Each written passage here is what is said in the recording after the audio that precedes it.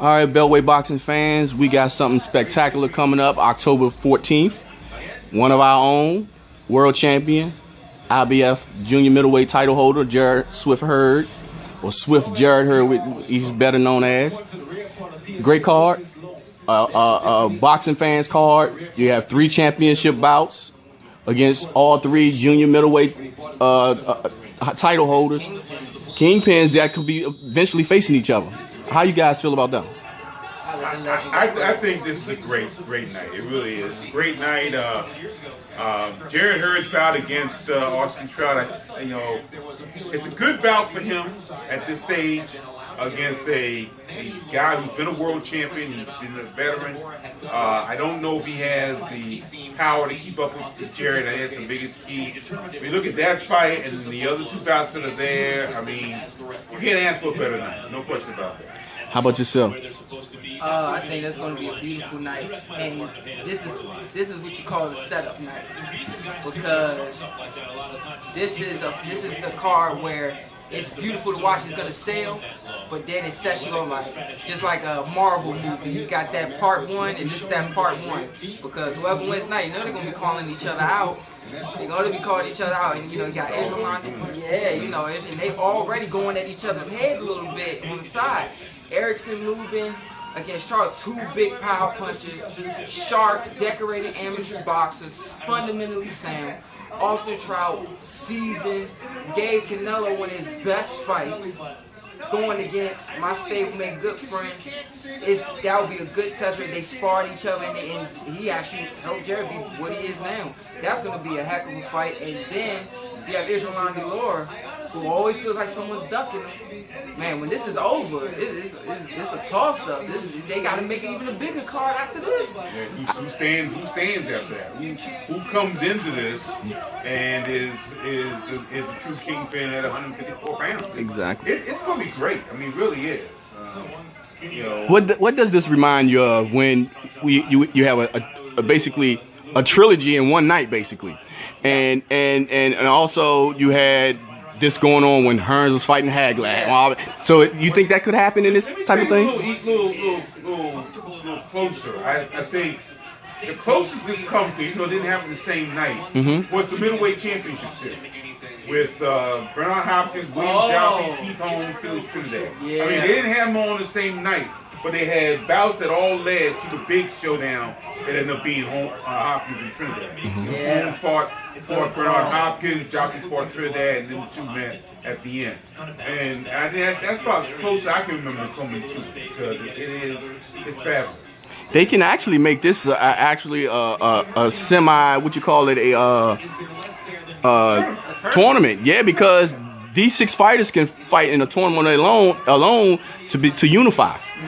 And I think the thing is, will this be for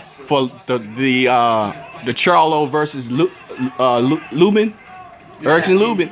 Will that fight be something similar to Julian Williams when he fought Jamal Charlo? Was that because I talked to Jared about this one? I said, now we got to remember that was Julian Williams' biggest fight when he fought Charlo. Now Lubin's biggest fight is going to be when he fights Jamel on the 14th. Now, has Lubin really been tested enough to fight a guy like Charlo? No. In my personal opinion, no. That's why I compared the 2 together. But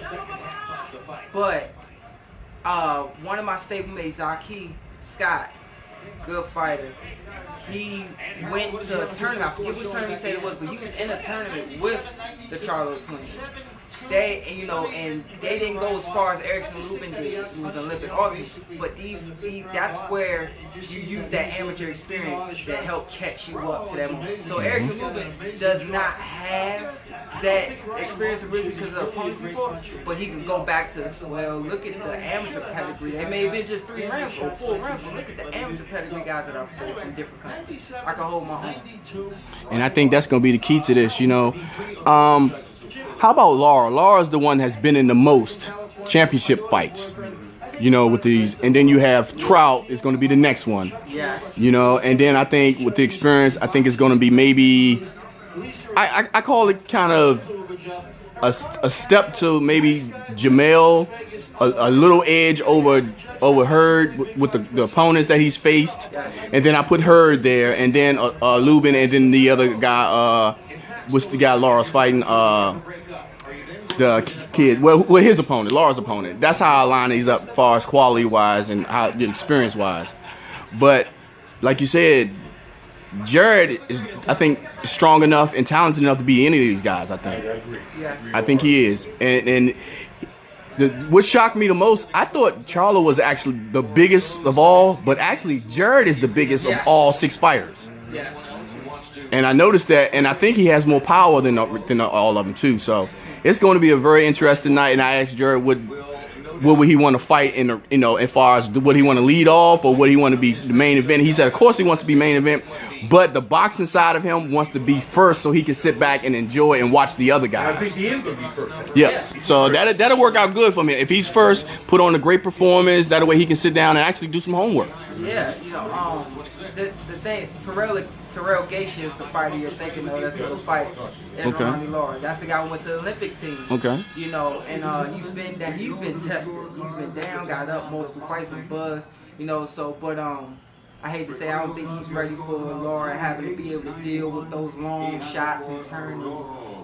He's gonna have to play catch up with Laura because Laura's not a toe-to-toe fight. Laura likes to get in and get out. Exactly. Frustrated sentiment. So that would be good. But Laura always feels like he's not getting the pay that he deserves. So he's gonna go to look to outclass to relegation and dominate him. So that way he could be like, yeah, you guys don't want to fight me. He's gonna do that. And then Jared. To your comment about Jared, the thing that makes Jared unique is I was around him in the amateurs. He was 65. He was little. We both were little together. And then next thing you know, he ballooned up. And if people go back and watch the Frank Olazi fight, I think it was Steve Farhood who said, "This guy's huge." And the thing that makes it, I never sparred Jared. I just worked with him where he shot a few jabs at me. And this guy was taking power off because I'm a little guy. And to deal with that power that he hit me with his speed. Most guys got one or the other. And most guys, when they got speed, they use their reflexes to get you out of there. And they speed is their power. He got both.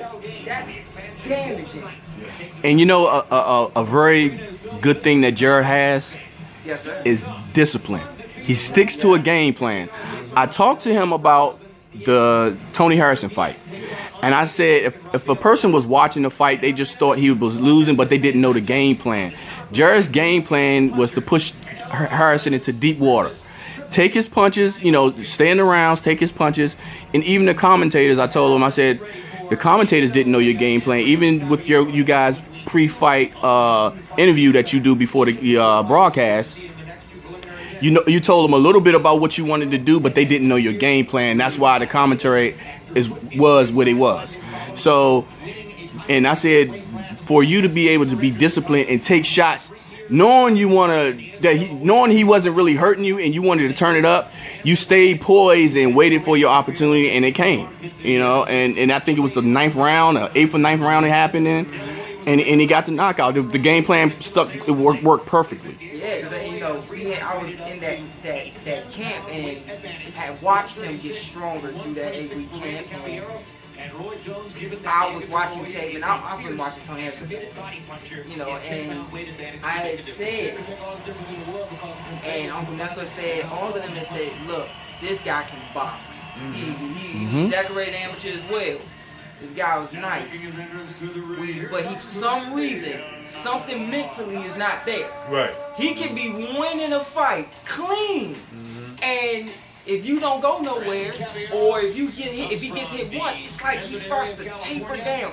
That's mental fatigue, not physical. Jared, keep walking this. I remember Uncle Nelson said, keep boxing this guy, but keep pressing forward. Do not let off the gas once. After the 4th round, crank it up some more. and then touch him. It'll all catch up to him. And the one thing being a fighter was scary is when your trainer tells you something and you go do it and you start to see it work and it's like, oh my Lord. And then because Jared said the same, he was like, man, when it started pulling off, oh my goodness. That goes right to your point. Always listen to your coach. He's been there and done that. Right. It's going to be a great fight. Mm-hmm. And I think that a win over Trout, someone who's been there, been a champion, could elevate him into a next level. A solid opponent, you know. And I even told Jared this, and he agrees with me.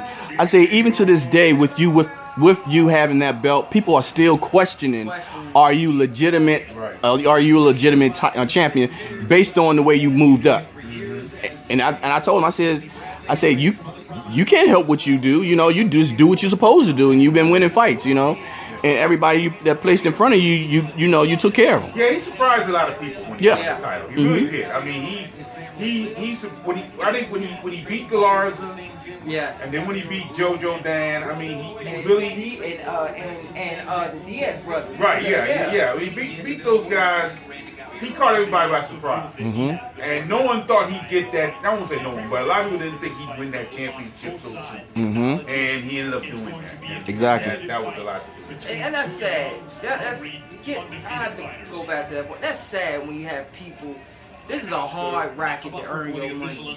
Alright, it takes a lot to get it. If you got a fighter, don't talk about him because he held a belt for only 2. Oh, this champion was better. Yeah, but at least the guy made some way in this tough racket. And if you really watch Jared, let's keep it real here.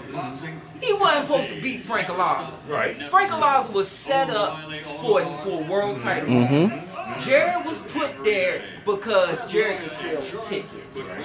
And that they knew, okay, this guy can fight a little bit. This would be perfect for Frank. He'll take this kid in deep waters. You know, he'll beat him with his experience. That'll be it. No one expected and I remember I told you, he said he couldn't hurt me. Once he knew it couldn't hurt me, I knew I could outbox him and I catch him. And it just great. And then going into another decorated Olympian who's on the Olympic team, those Diaz brothers, man, that's a boxing thing. He did what he did to him. You have to look at that kid and be like, oh wow, he came up the hard way. Now you take that from him because he took some shots and lost some rounds against him. You can't do that to him. No, and he's a fighters, managers, promoters. I want to say go-to kind of fighter. Yeah. He can fight, and then when you challenge him, he overcomes that challenge, and he can sell tickets. Yeah. Now he's becoming one to watch. You got everybody talking about him now. Because when you win in the division that was just under far as popularity as the welterweight division, you know, then that division is very strong now. Yes, yeah. And these guys, you know, it's going to be a good thing that's going to happen October 14th, and we are definitely looking forward to it.